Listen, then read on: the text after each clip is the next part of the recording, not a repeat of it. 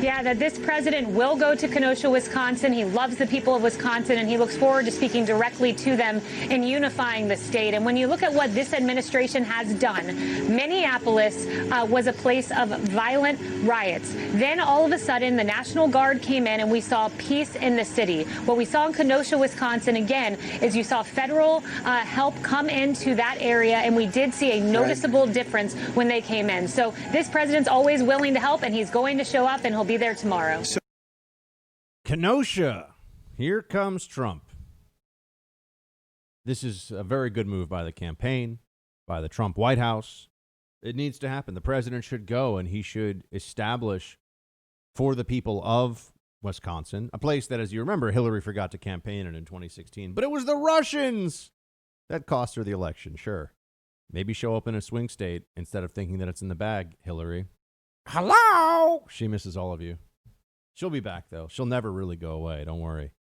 So the president is going to be there discussing what the Democrats are doing, which is ruining places like Kenosha. And remember, this is an organized domestic terrorist effort.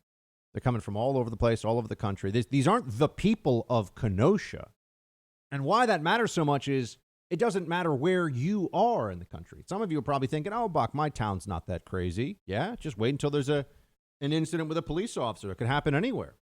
Oh, my city doesn't have anything like this in it. It's not. My city's not Portland. That's what the people of Kenosha thought. They'll come from all over the place. All it has to be is a viral moment on social media, and the next thing you know, your city, your town is ground zero for the lunatic asylum of Antifa and the Democrats' base. That's what's going to happen. So the president going there, I think, is a strong move. I do not agree, and I haven't seen yet if there's a final decision that has been made on this one, but I do not agree that the president should meet with Jacob Blake's family. Why?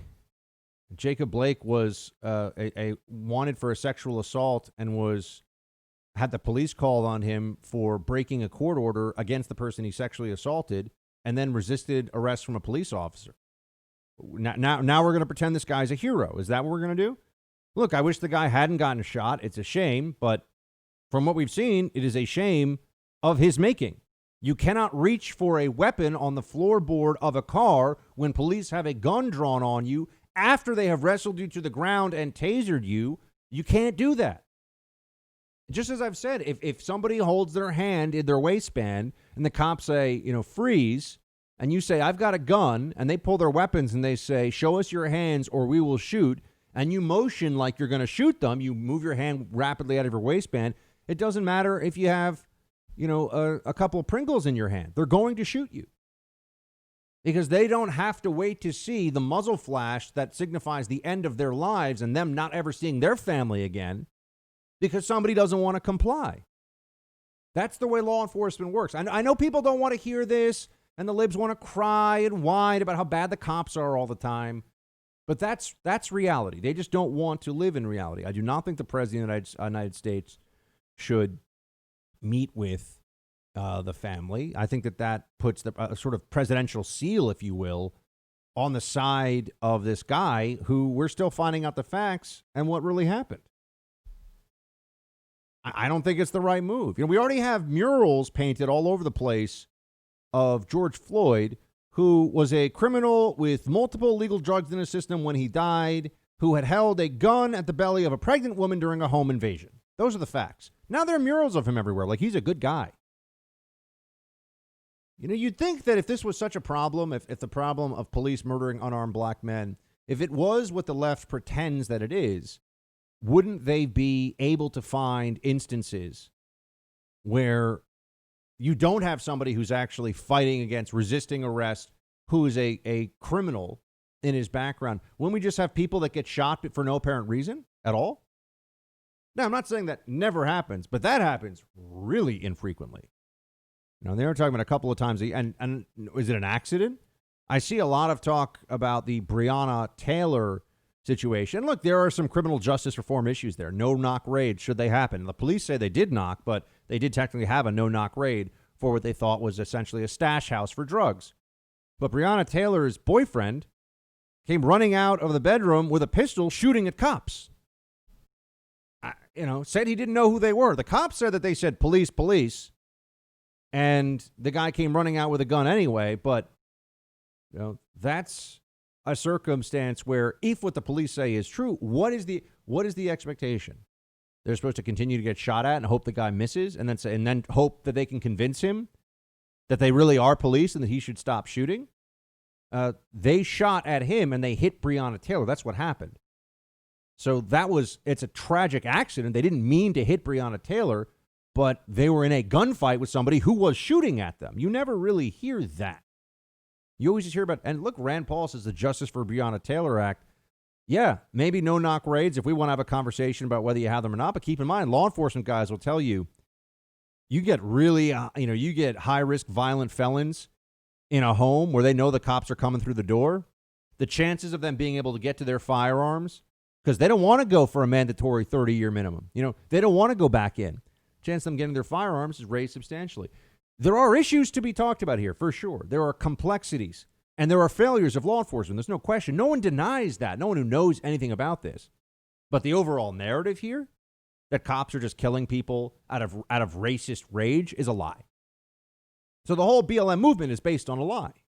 So you start with that. And then you have to work your way from there and see what's actually happening. And there's a reason why the protesters in places like Oakland are chanting, "Death to America."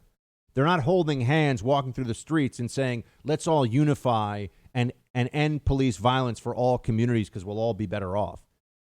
Maybe some people are doing that during the day there, but at night, it's lunatics rioting and saying death to America. That's what the left believes in. They want to destroy this country. Oh, and it was in our nation's capital over the weekend, too.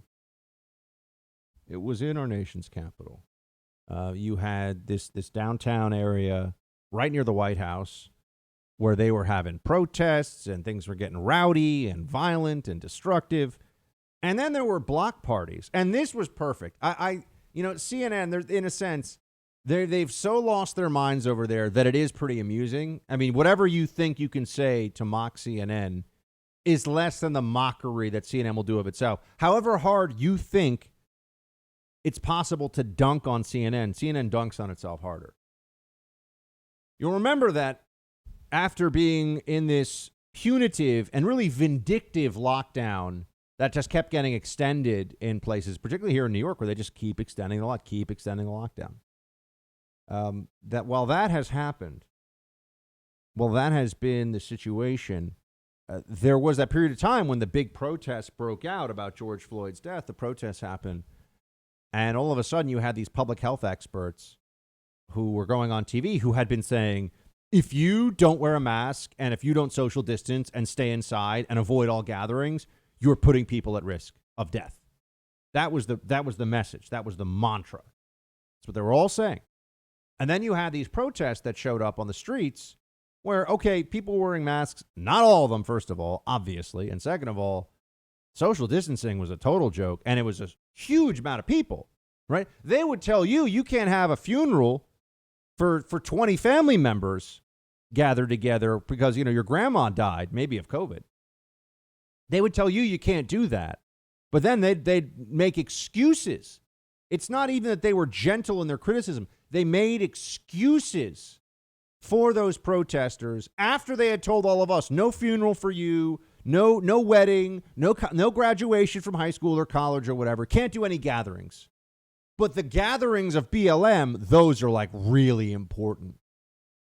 And that was great because any person with any common sense and any real intellectual horsepower, which people confuse with having degrees from certain places, and that doesn't mean squat.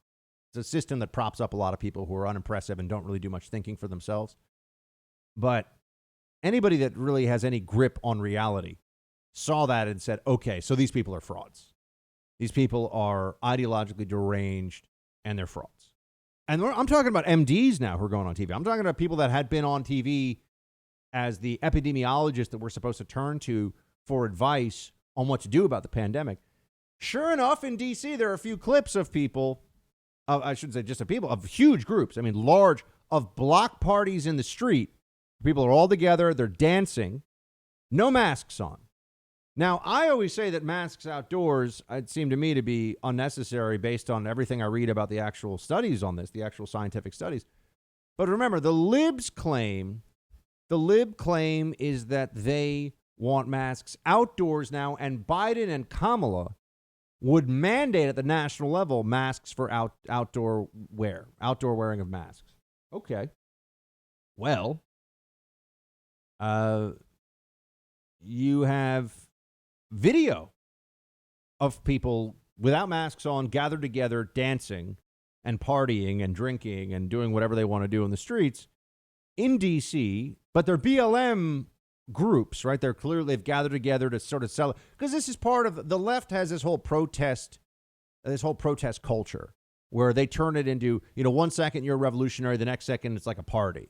They make it so that people will want to do this. And this goes back to Alinsky. Alinsky said, make protest activity fun, make it social, make direct action where you shut down a company, where you bring the public to obey your will through force, through shutting down the system, through overwhelming the system. Make it fun for people. This was Alinsky, right out of Rules for Radicals, out of the textbook for this kind of activism. Here's CNN, though, with a guest. So you have these people not mask wearing, dancing, and right next to, dancing with each other, right up against each other in D.C., in our nation's capital. And here is CNN with a guest explaining that, that's okay, though. Play 3.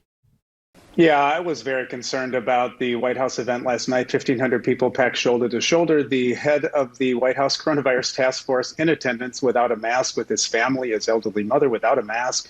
And it's concerning. We know people weren't tested. Only people in direct contact with President Trump had testing done. So I think we're going to see cases come out of that, and it's just modeling bad behavior. Now, when we juxtapose that to what's happening in Washington, D.C. right now, people are mostly wearing masks. Now, true, there is social distancing issues. However, this is a public health crisis they are marching against. Systemic racism has taken so many lives in this country throughout our history. If you're born black in this country in 2017, you have a 3.5-year lower life expectancy than if you're born white. If you're a young black man, you have a 1 in 1,000 chance of being shot by police, 3 times more than if you're born white. So I just think that when you're marching against a public health emergency, I think you do every risk mitigation procedure you can. But we understand that we have to do the risk-benefit analysis, and those folks are there doing something very important today. Dr. Rob Davidson is a moron. This guy is an MD. He's a moron. Yes, that's right. The people dancing in the block party, they're going to save. And he rattles off all these statistics about life expectancy. He thinks they're going to save lives by doing this. How could a person be so dumb? He's a moron. What he's saying, no intelligent person could say, yeah, that makes sense. People could get sick at this thing. According to him, they could get sick and they could die in a week or two. But by gathering together and dancing in the streets, they're addressing the other public health emergency of black men dying in America. They're not addressing it by dancing in the streets after they've thrown rocks at cops. Does he need someone to explain that to him? Man, these lib doc cowards. Such a coward. It's such a dumb thing to say, but CNN puts him on air because that makes the delusional CNN audience feel better about the massive hypocrisy of their positions. Oh, the Trump White House gathering outside was bad, but the street block parties of the BLM movement after the White House thing happened in the same place, but, even less social distancing and mitigation measures. But that's good because that's about addressing systemic inequality, which will save lives. My friends, these people, they're nuts. They're fanatics. This is what we're seeing. Not just Antifa. The Democrat Party is now strewn with fanatics. You can't reason with them. You can't have a normal discussion with them. It doesn't matter. And this is true of some of your friends and neighbors who vote Democrat now, too. They would believe that. It's such a laughably stupid thing to say, what this doctor came up with. He's not the only one. Many of them have tried this. Oh, it's about addressing. People are losing their businesses, their livelihoods. People are dying from drug overdoses and suicide. They're dying from undiagnosed cancer. Oh, but the lockdowns are a good thing because they're saving lives. But we don't need to lock down when it comes to BLM because they're saving so many lives. No serious, intelligent person could believe this. In fact, if you are a serious and intelligent human being, you hear stuff like this and you want to mock it and ridicule it and hold the frauds who say it responsible. What does COVID-19 have to do with you losing your house? Well, the FBI knows that cybercrime is up 75% since the beginning of the COVID-19 pandemic, and home title theft is a cybercrime. Here's how it works. The bad guys find your information online, then they replace you with them on the title using a quitclaim deed. Guess what? You won't find out about this most of the time until you either get payments or a foreclosure notice in the mail. The usual identity theft services do not protect you. You need Home Title Lock. Home Title Lock creates a virtual barrier around your home's title. All you have to do is go to HometitleLock.com, use promo code BUCK for 30 free days of protection, and you can check online to see if you're already a victim of this crime and don't even know it. HometitleLock.com, promo code BUCK for 30 free days of protection. You can also check to see if you're a victim of this crime and don't even know it.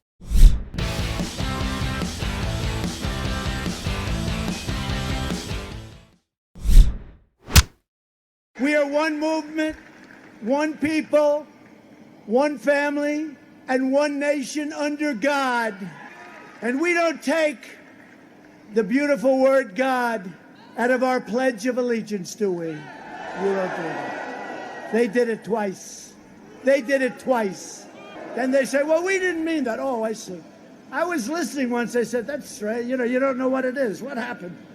What happened? They did it on purpose. They did it twice. That's where they're coming from. You can be fools, and you can be fooled, but that's where they're coming from. So don't be surprised, but they're not going to get there. We're not going to let it happen. We're not going to let our country be destroyed by a bunch of nut jobs. Not going to let the country be destroyed by a bunch of nut jobs. It's like he listens to the Buck Sexton show. I think I've said that many times. That's the president. Look, he's right. That's really what it comes down to. Are we going to let the country be destroyed by a bunch of wackos?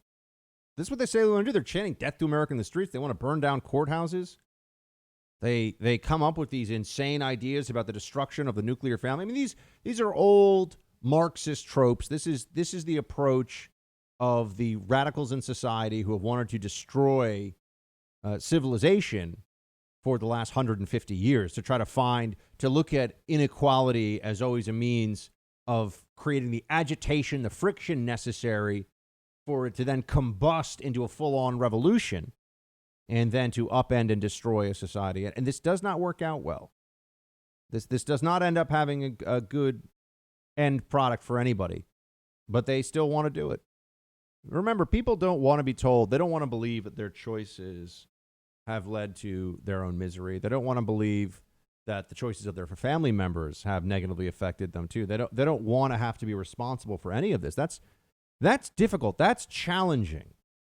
That makes people have to really think long and hard about what's going on in their lives. No, much easier, much more preferable to have some external force, some external enemy, opposition that is the cause of all of the ills in one's life, right? It's a seductive narrative. I mean, the people, and I mean this, the people that are showing up in downtown D.C. to fight with cops and do all this, create this like BLM zone or whatever the designation is now. Same thing in Portland and Seattle and you name it.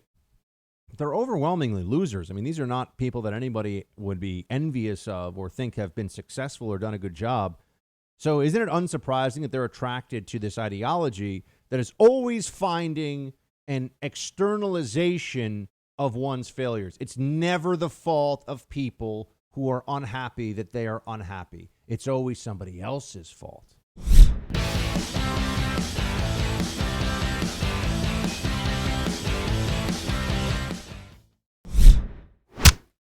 Joe Biden wants you to know that if you don't vote for him, well, it's your fault, whatever happens to the country then.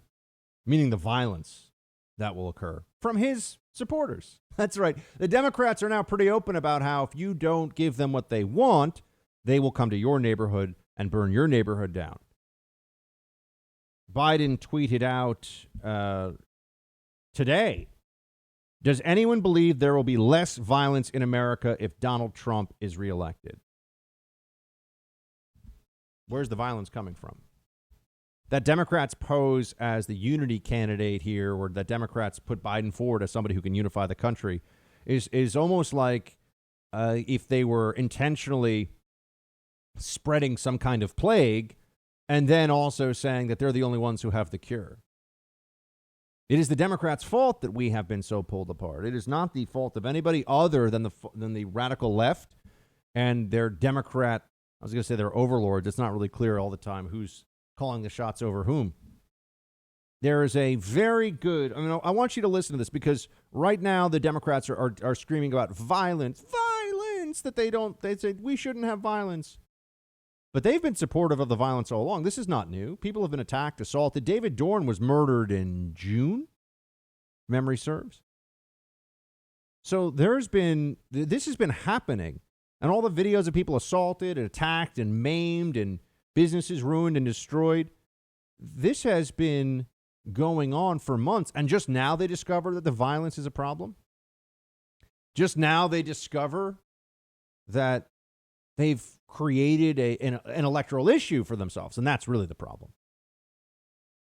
I remember reading when some of the looting was so bad and some of the destruction of businesses was so egregious that the Democrats couldn't ignore it, but they did find ways to justify it. They did find the means to try to say that it wasn't really that big a deal by claiming, oh, well, these people all have insurance, so it's just the insurers who, and they like this because they view insurance as almost Marxist feeling to them in nature, because it's like everybody, no one really pays because everybody pays. They don't understand that insurance premiums actually go up based on market forces. And if everyone's, because you can get sued for anything now, the trial lawyers get rich while the rest of us are constantly paying more and more money to run a business, to open a store, to do any of these things. And they don't make enough money back from the insurers when the stores are burned down. That's what people are figuring out now, because now the claims have come back and they've processed this.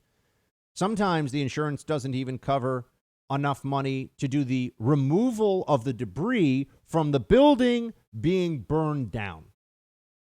So, don't worry about it.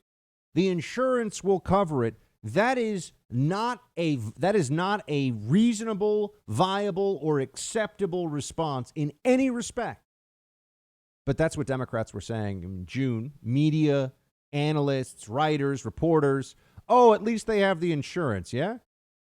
Does the insurance cover the destruction of the jobs?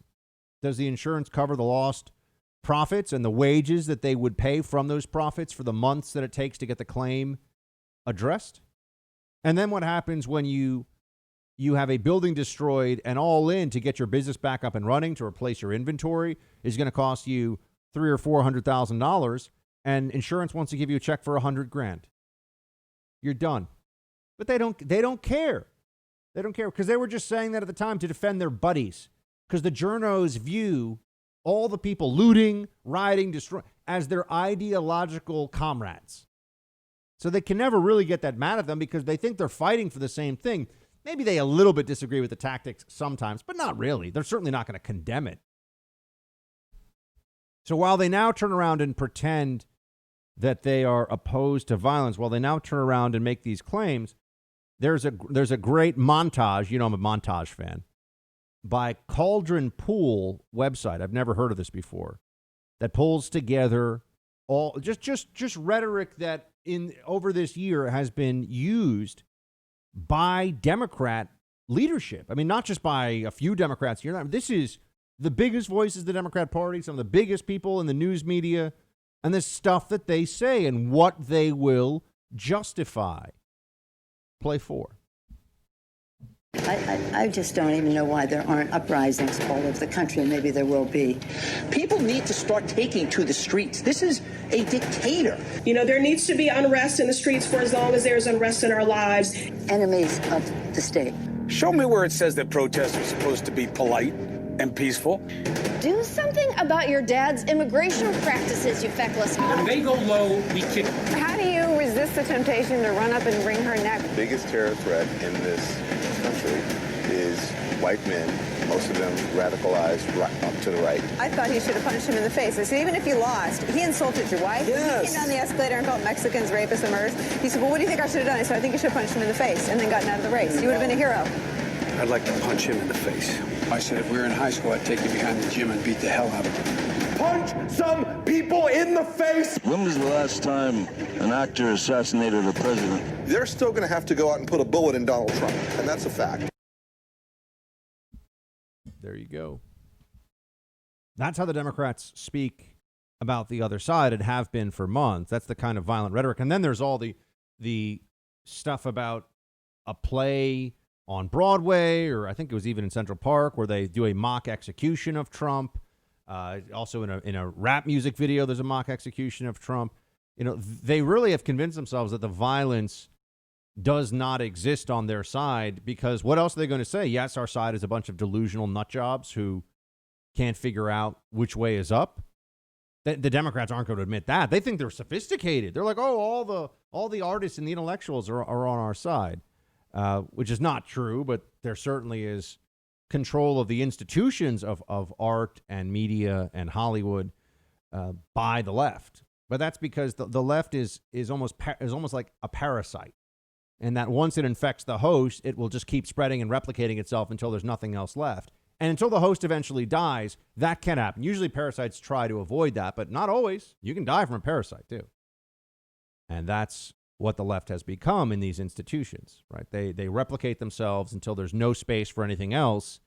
And then it's a question of, is the host organism, whether it's a major news channel or a Hollywood studio or a newspaper, is it even what it was when it was first infected? The answer is no. It's been transformed into something else. This is what they do. This is their approach. This is how they operate. And it's important that we have no illusions about this whatsoever. And if you're wondering, are they sorry about all of this? No, of course not. Well, what's the preferred approach?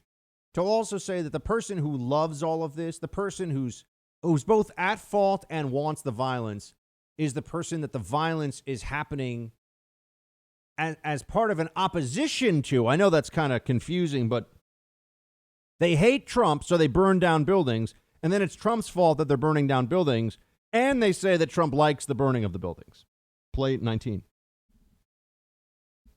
Right now, we are living in Donald Trump's America. Whether this is going on in Wisconsin, whether it's going on in any state in the country, he stokes the divide. He stokes the chaos. We know that. Look at all his tweets yesterday. The job of the president should be to unite the country, to bring down the pressure, to try to get people to work together. He does the opposite. So what you're going to hear from Joe Biden today in Pittsburgh is that kind of unifying message. And he has been very clear that he condemns violence, just as I do, from the left or the right. And I think that's the problem with this president. He literally loves the chaos. Look at what Kellyanne Conway just said a few days ago. She said, the more chaos and anarchy and vandalism and violence reigns, the better it is for the very clear choice on who's best on public safety and law and order. We need to come together as a country. This president wants the havoc and the chaos. He sees it as a ticket for another term. They are causing the havoc and the chaos. Her voters, that was Klobuchar. They are the ones who are creating all of this. They are the ones that are responsible for this. That the American people see this and are horrified by it is not Trump's fault. It's not the Republicans' fault. And a statement of the obvious here is not cynical. It's just a statement of the obvious. Because of their actions, Biden is in a worse place. They were trying to run a phony, nonsense, BS, Biden is a unifier candidate message, because that's all it was going to be. It was just going to be messaging. It was going to be like, Coke versus Pepsi, just all about the marketing. I know some of you think you can tell the difference between the two of them. I think they taste the same. But instead, what they have with Joe Biden is someone who now has to make the case that while his voters are burning down neighborhoods after months of Democrats saying, you guys probably should burn down some neighborhoods to show everybody how displeased you are, after that, now he's going to say, oh, well, let's all come together. As I've said, I don't want to come together with the other side. I want them to have to respect the laws and be punished when they don't. I want them to be prosecuted. I want them to be met with the force of the state, because the state takes out of my hands the ability to enforce the law myself. This is a fundamental obligation that the Democrats have abandoned, because Trump has emotionally broken them. Trump has made them crazy. I mean, he has made it so that they can't function like normal people anymore. And that's true of millions and millions of Democrats across the country. They can't handle this guy.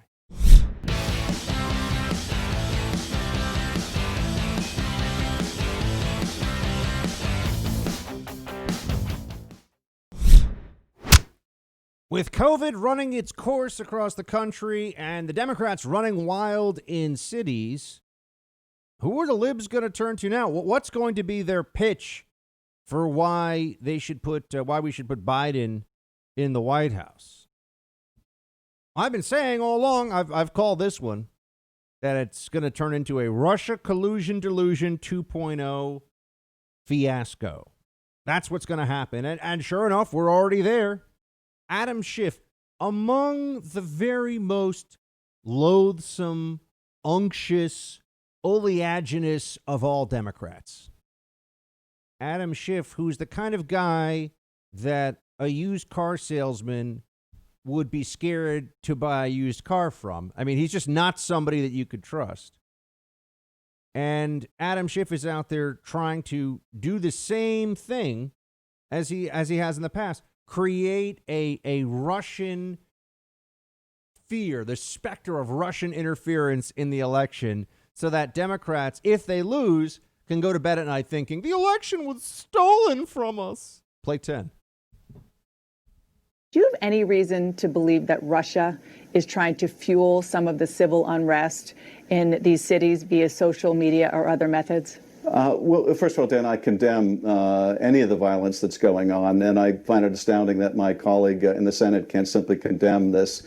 The peaceful protests, I think, are calling out in a very important way the murder of so many black men and women at the hands of police, and those protests are in the best tradition of the United States. But we need to make sure that they're peaceful, as they largely have been, and that there aren't these incidents of violence.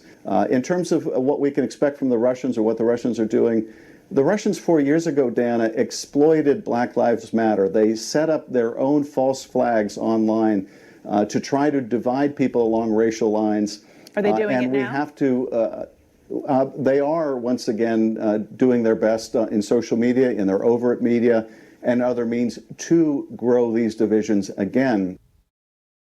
BLM plus Russian interference in the election. Now, this is, see, they're just bringing it all together. This is like when they do comic book crossovers or something where they have all the different characters. Oh, we'll bring in someone from this comic series and that comic series.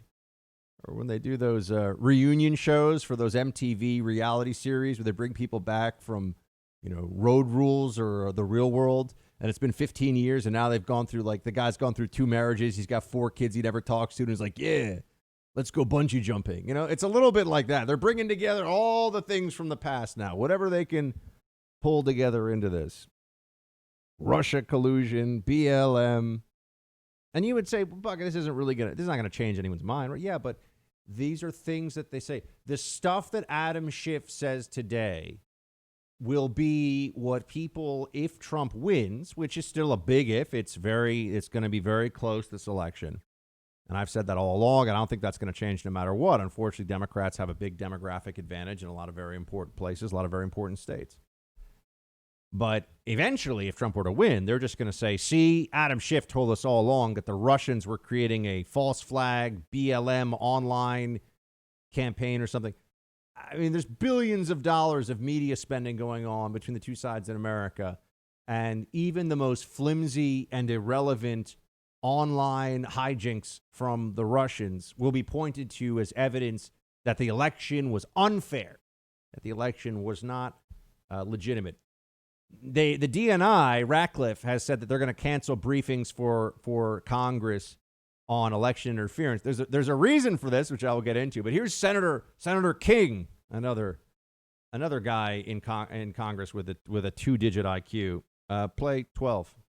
We have a president who never likes to hear the word Russia, at least not in the context of relationships or of Russia meddling in our elections. Why? I mean, John, I hate to say this, but it looks like a pre-cover-up. It looks like they don't want to share the information. They're covering up information that may or may not. I don't know what they've got or not, or what they have or don't have. But it looks like they're trying to keep this information from the public so that when everybody goes to vote on November 3rd, they won't know to the extent to which they've been attempted to be influenced by the Russians or some other country. Still talking about this Russian nonsense. They're not going to give it up. They're not going to let it go. They simply will not let it go. Not going to happen. And you have to say to yourself, what do we do about this? We can't do anything about this. They're not reasonable. They're not rational.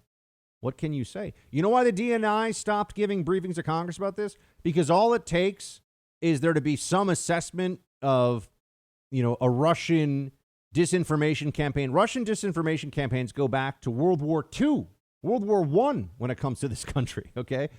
But if you look at what they're going to do and what they have been doing, they just leak from these briefings. They find one thing that they can fit into this narrative. They leak it absent any context, sourcing. Maybe the source is crap, but they just had to include it in the report because of duty to warn or whatever. Then they put it out there and they use it as a political weapon. So the DNI is shutting down their leak avenues for classified information, by the way, and they're crying about it like babies.